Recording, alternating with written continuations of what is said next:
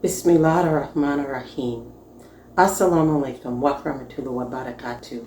My name is Veronica Rollins, and welcome to my channel, Your Islamic Lifestyle, where I coach new Muslims to become practicing Muslims, guide those prospective Muslims, and assist non-Muslim spouses in keeping harmony in their homes. If you are new to my channel, welcome. Please subscribe if you like what you see, share, and don't forget to hit the bell so that you're aware when I make a new video. If you've been to my channel before, welcome back. In this video, we will show you how to eat what you enjoy by purchasing halal food items or ingredients that are lawful and permissible. As well, we will show you what is haram, impermissible, and prohibited.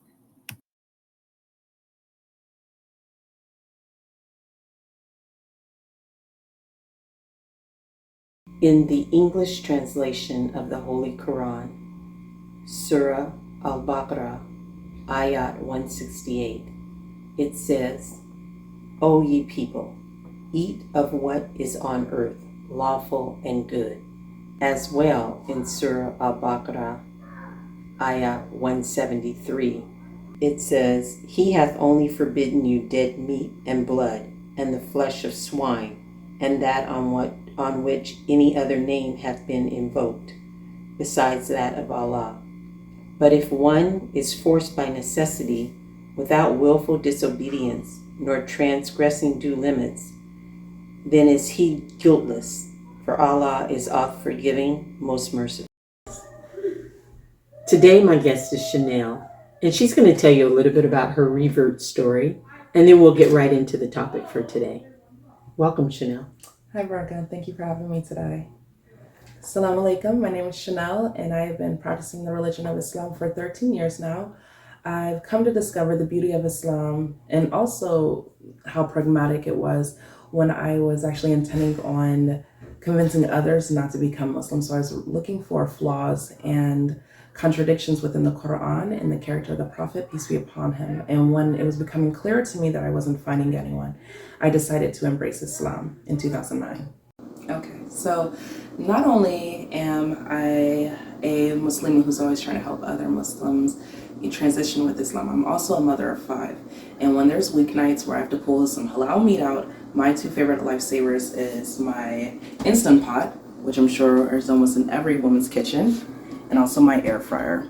I use my Instant Pot a lot for when it comes to the harder meats, the tougher meats. So say like if I'm doing a roast or if I'm going to do my lamb or my goat, I usually throw it into the Instant Pot because it does have the pressure cooker feature. So it makes it a whole lot easier. It takes a meal that I usually would make in 3 hours down to about an hour and a half. And then my air fryer is great for pre-packaged halal meats. So if I'm talking about chicken patties or burgers or mozzarella sticks or anything like that, that's where I usually throw it in the air fryer. A whole lot healthier alternative to a microwave or to my oven, and it makes it in half the time. We will start off first with looking at what is halal certified. So let's get started. All right.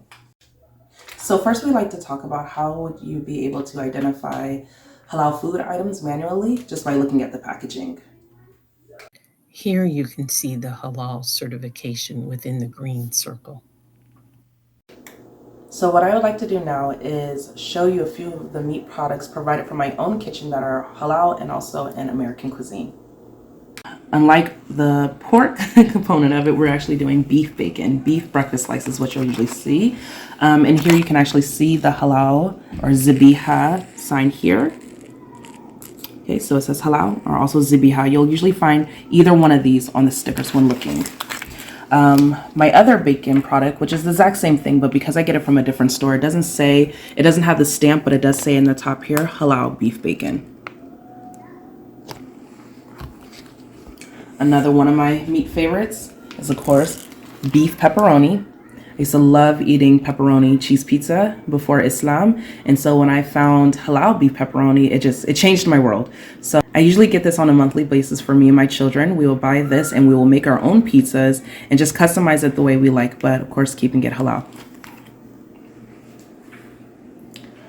We also have, and I keep these in baggies because I usually get these in bulk items. I get lamb pieces, and also ground beef. And what I do is I let it soften just a little bit where it's not in the danger zone, and then I cut it up, and then like anyone who meal plans, I make several packages for the week or the month. I also have halal chicken leg quarters. So for the chicken thighs with skin gives you flavor. I have halal beef. It says halal beef nahari, but for a lot of us, we know this is steaks. And I try to make a New York steak every once in a while for my own personal pleasure, so this is how I get them. Unfortunately, like a lot of us who decided to transition to eating halal, I've had to forego the rotisserie chicken, which is really easy to pick up, but now I get a full one from Crescent Foods. And what I'll usually do is I'll put this in my air fryer, put this in my oven or in my crock pot. And yes, you can also see the sign here, halal. And that is the easy weeknight dinner. Lastly, I would like to show my lamb mix. I do like to make lamb often, so I get this one from the grocery store. And here again, you'll see the sign. So now we're going to show you some food items that are commonly found in our kitchens and their halal alternatives. So now we're going to look at some items that are commonly found in our kitchens and our pantries but have obvious or not so obvious haram ingredients. For this white wine vinegar, it's right there in the name. We have wine, and of course this is going to be prohibited. Anything that is alcohol or alcohol byproduct is haram. We have the Kikkoman teriyaki marinade sauce, and for this we have here, there we go, also another wine byproduct or alcohol byproduct. One of my old favorites, the Jiffy cornbread. It was very interesting how someone told me about this one. I actually did not know that it contained lard. And you'll see right here, hydrogenated lard. And for those who don't know, lard is a byproduct of pork fat, commonly used in cooking, baking, and frying, but obviously haram for us. We have snack pack juicy gel strawberry jellos. In here, we won't find anything of lard or alcohol, but we will find this product here, this ingredient, carrageenan, which is known to stabilize food products, but it can be very harmful to us. Let's carry the gelatin. So right here. We're going to take a look at some items that have halal alternatives. So here, college student favorite, ramen noodles. This ramen noodle is not haram. This is a vegetarian based one, although it's chicken flavor. And you'll find the halal stamp right here in the back, as well as certified vegetarian. Another Jiffy product, but unlike the other component, this one does not carry any lard in it. So has the vegetable shortening as a substitute. So this one is halal and safe for you to use. This is a big one. A lot of people like to use chicken stock in their soups and their stews and in their everyday cooking, but unfortunately, because we do not know if it's zabiha or slaughter, we cannot assume that it's halal. So it's halal here. Of course, it says it in Arabic as well right down here at the bottom. Children, we have gummy bears, which is always fun for us, but not so much if they have gelatin, as both of these products have gelatin in them. A halal alternative you can find with Crescent and with the Ariana brand. They both have the halal stamp right there. And fun fact, you can find these also on Amazon. So if you can't find them in any of your local international stores, you can find them on Amazon. We have marshmallows, summer favorite. These ones are not halal. Not only they are artificially flavored, but they also contain beef gelatin. Another one from just the local grocery store. Again, also containing 2% less, sorry that I kind of scratched it out, but 2% less of the gelatin. And then we have from the same Ariana brand, the halal version of them, with again, the halal stamp. Also found on Amazon. And then last, something that many people may or may not use, I have red fried onion here with also the halal stamp on them. Just, you know, cut down on some cooking time. Not everyone has time to fry onions. So this was just a small sample of food items that you'll find in your kitchen. For those that we didn't show or those that you may have in your kitchen, we would like to now show you how to use a scanner app on your phone and how to identify what is halal and haram and what you can use in the grocery store.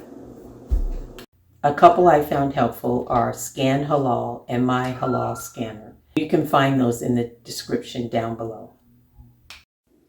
As you can see, there are several halal scanning apps that you can use. I will be using My Halal Scanner. Let's take a look at the app.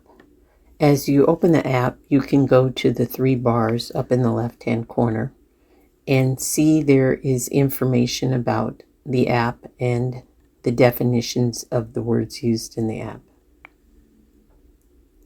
And you can explore these further on your own. So if we scan an item,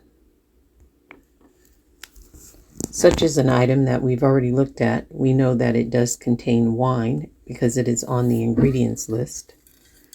Let's take a look at it. And the app has already scanned it.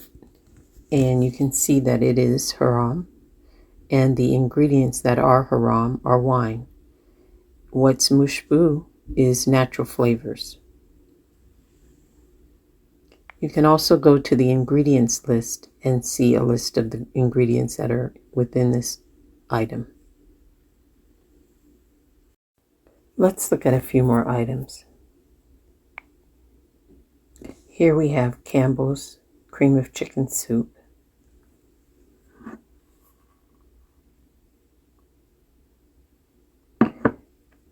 It is haram. It has chicken fat, chicken stock, chicken meat, and as well it has natural flavor and sodium phosphate. As we look at the list of items or ingredients, you can see those just mentioned listed, and they are color-coded what is haram, what is mushbu. Here is the Jiffy corn muffin mix.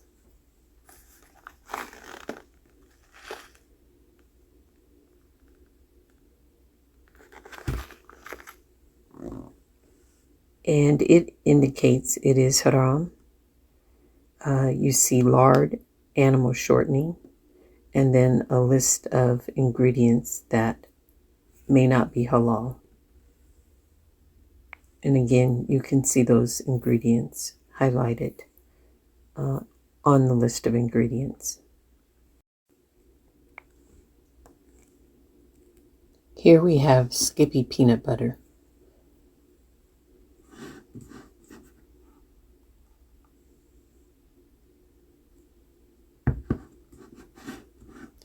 As indicated, it seems to be halal.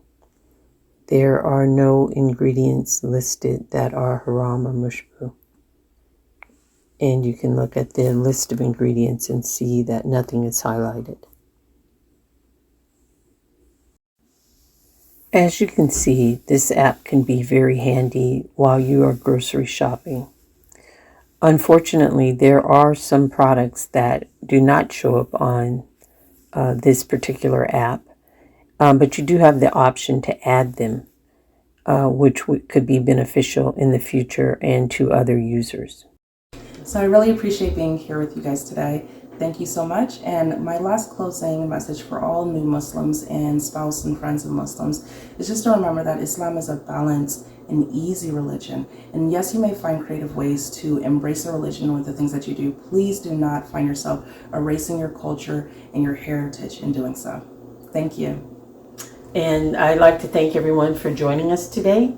And if there are any other topics that you're interested in, please leave me a comment down below. So thanks again. Salam alaikum.